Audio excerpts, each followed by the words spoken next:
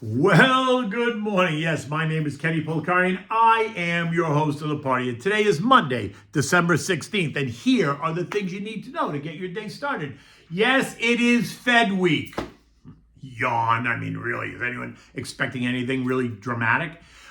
Some former Fed members, though, are saying, whoa, JJ, slow down. Apollo warns of a 1970s-style repeat of inflation. Until I say, where have you been?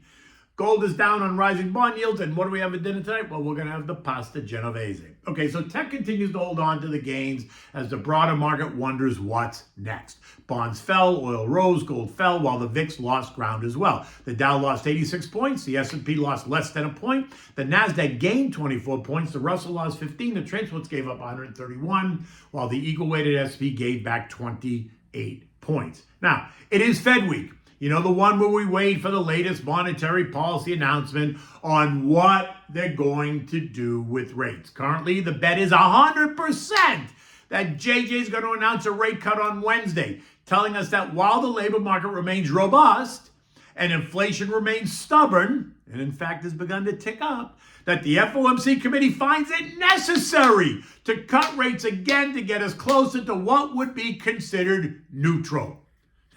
Now, you know me. I am in the camp that says the Fed should do absolutely nothing. There is no need to cut because the labor market remains robust and because inflation is turning up. So again, I ask, why are we cutting? Now, Nikki T of the Wall Street Journal fame runs with a headline piece in today's edition. Inflation unease muddies the Fed path on a cut. Powell faces misgivings from some officials on pace of easing. And that kind of suggests, wait, is there a change of heart or not? You got to read the whole article, and I think there is not. In this story, Nikki reminds us that JJ didn't want to send signals of distress when they slashed rates by 50 bips in September. But now after the additional 25 in November, the Fed is left to decide if the expected 25 cuts this week is actually appropriate.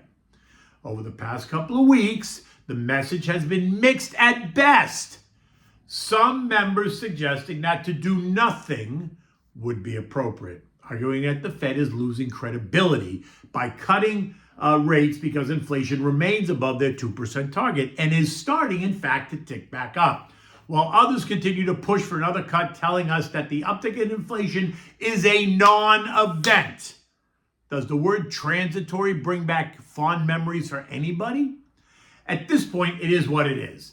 And whatever they decide for this week is less important than the message that they deliver for the coming year. And I say that because the market is pricing in a rate cut, right? It's a 100% chance that they're cutting. So it's expected. So to do nothing would be the surprise. Something that JJ has no interest in doing at this point in the year with only 2 weeks left, right? Until the calendar turns to 2025. The chaos that the algos would create if they don't get the cut that they're expecting is not what JJ wants to see happen, right? So this is the very definition of the inmates running the asylum. Who's really in charge here? Is it the inmates or is it JJ? In any event, I'm going on record that this is a mistake.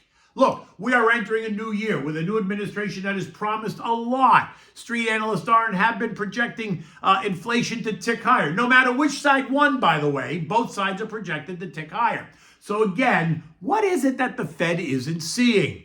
Last week, there were 2 former Fed presidents who were weighing in on this argument. Because remember, the FOMC members are in lockdown mode. They can't speak out loud. But non-members and former members are not precluded from doing so. So Dallas's Richie Fisher and Boston's Eric Rosenberg, both past former presidents, would opt for no cut this week. And current Dallas Fed President Lori Logan, who's not a voting member of the FOMC, warned us last week that cutting too far or even right now might be a mistake. She's under the opinion that the normal or neutral rate is not much lower than where we are currently, so we can afford to wait. On the other side of the equation, you got San Fran's Mary Daly, right, of Silicon Valley Bank failure fame, and Chicago's Austin Goolsbee, who are giddy about cutting rates, suggesting that they don't think there's a risk yet of cutting too far, considering how high we took them. To which I say it's laughable. 5.25% rates are not historically high at all. But compared to the zero rates that we had for 16 years, I guess 5.25 looks usurious. I mean, it's ridiculous, but that's what you get when a whole generation of people only know zero rates. I have been concerned for months now that we're about to see history repeat itself. Think the 1979, 1980-ish. And over the weekend, the Genovese letter, they joined in saying that Apollo Global Management, with $740 billion of AUM, came out with a huge call, officially declaring that inflation is back, to which I'd say, where have you been? Of course it's back. We've been saying it's back for weeks now, if not months. They are now warning of a 1970s-style rebound in inflation that's going to happen into 25 and 26, to which I say, hello. They point out that the Atlanta Fed core sticky CPI has leveled off at 4%, and all major measures of overall CPI stickiness is now solidly above 3%. The latest core CPI coming in at plus 3.3. Recall the Fed's target is 2%. 3-month annualized CPI is now above 4%. So we wait. Key economic events this week include today's S&P manufacturing PMI of 49.7 and services PMI of 55.8. Tuesday's retail sales, Wednesday's FOMC rate decision, Thursday's GDP data, existing home sales, and Friday's PCE inflation data, which is the Fed's favorite inflation gauge. That's also expected to tick higher. Top line year over year plus 2.5 up from 2.3, and core PCE year over year plus 2.9 versus 2.8. The VIX fell further to places territory, ending the day at 1377, remaining in the no worry zone, which you know is exactly why we should be worried. But you can't fight the tape, but doesn't also mean you chase the tape. This is the time to get really smart. Do your due diligence. Do not get drawn into the FOMO, the fear of missing out. You're not missing out. You're invested, so you're participating. This morning, the VIX is ticking up 55 cents at 1436 and still well below all three trend lines. But we all know that if we get hit with an unexpected headline, we could see that change in a heartbeat. We could see the VIX soar, and if that happens, stocks will decline. Bonds sold off again. The TLT down 1%. The TLH lost 0.8, and the AG gave up 0.4. The 2-year is now yielding 4.22%, up from 4.17, while the 10-year kissed and blasted through 4.3 to now yield 4.37 as of this morning. Recall, I say we're going to see 4.5 before we see 4, and in fact, I'm beginning to see we're going to see 4.75% before we see 4%. Oil rose 1.6% on Friday to end the day at 71.10, piercing both short-term and intermediate-term trend lines that are converging at the 70.30 level, and now leaving us about to challenge a long-term trend line up at 73.30.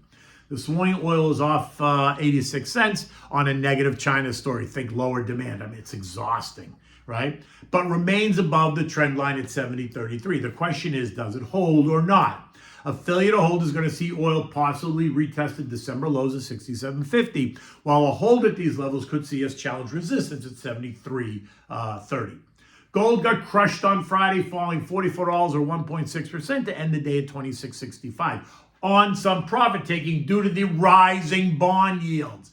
Remember, gold is a safe haven, non-yielding asset, which works well when bond yields are falling. But when bond yields rise, we typically see gold come under some pressure as investors shift to higher yielding safe haven assets. Think U.S. debt. Friday's action took gold below the short-term trend line at 2,700, leaving us in the 2,640, 2,700 trading range. The next move is going to be based on what we hear on Wednesday. U.S. futures are ticking just a bit higher as we speculate on what JJ is going to say at the press conference.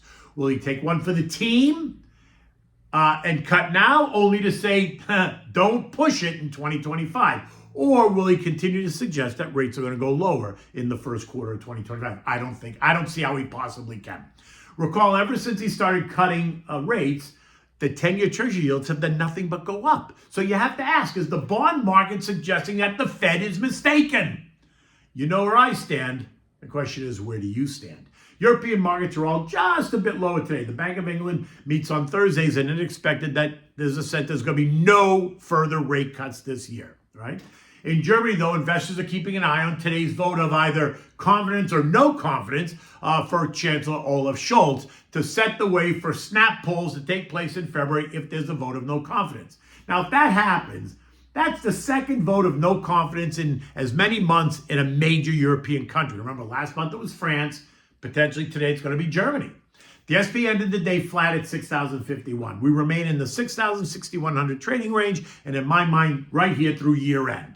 Unless the market perceives JJ's comments as too hawkish, then we could see a swift test of the trendline support down at 59.10-ish, if not further. I think the risk is that he's going to be more hawkish than dovish, but that's me. Again, at this point, I would let the portfolio ride out, only making last-minute changes due to some tax planning issues. New money should be sitting in a government money market fund earning 4.25% while we wait for the new year, where I fully expect and actually hope for some early weakness to take some of the froth out. As always, in the end, you know that as far as I'm concerned, patience is a virtue. And so I think now's the time to be patient. Okay. So now the question is, what are we having for dinner? Well, we've gone through the Feast of the Seven Fishes. So now we're back to regular dinner. So tonight, we're going to make the pasta Genovese, right? It is a great, simple dish, and it is so good. Okay.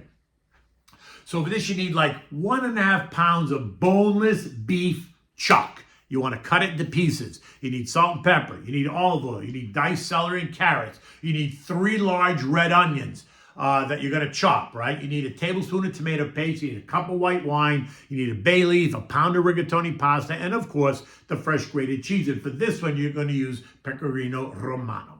Now, you're going to start by seasoning the beef with salt and pepper and then browning it in a deep pot. Once it's all nice and browned and crusty, remove it and just set it aside. Now saute the carrots and celery for 10 minutes, scraping the bottom of the pot. Season that with salt and pepper. Now add in the tomato paste and the cup of wine. Allow it to come to a boil, then reduce the heat to low. Add back the beef. Now take all those red onions, laying them right on top of the whole shebang. Add the bay leaf, right? Then cover it and let it cook for 1 hour on low. You want this on low. The onions are going to melt. And that's going to be sure you want to be sure to go in there and stir it so that you make sure that nothing is burning, right? But the onions will melt and create some juice. Now cook it for another 30 minutes or so after the hour. The meat should be tender and soft, and it should easily break apart with a wooden spoon or a fork, right? Taste it and adjust the seasoning if necessary. Now take the bay leaf out. Next, bring a pot of salted water to a rolling boil and cook the rigatoni, leaving it al dente. In a separate saute pan, you're going to add 2 ladles of the sauce. You're going to add some of the pasta and about a half a ladle of pasta water. Toss it with the grated cheese and serve it immediately, putting more sauce over the pasta along with some of the shredded beef. In any event, it is delicious. Yum, yum, yum. Until tomorrow, I am Kenny Polcari. Take good care.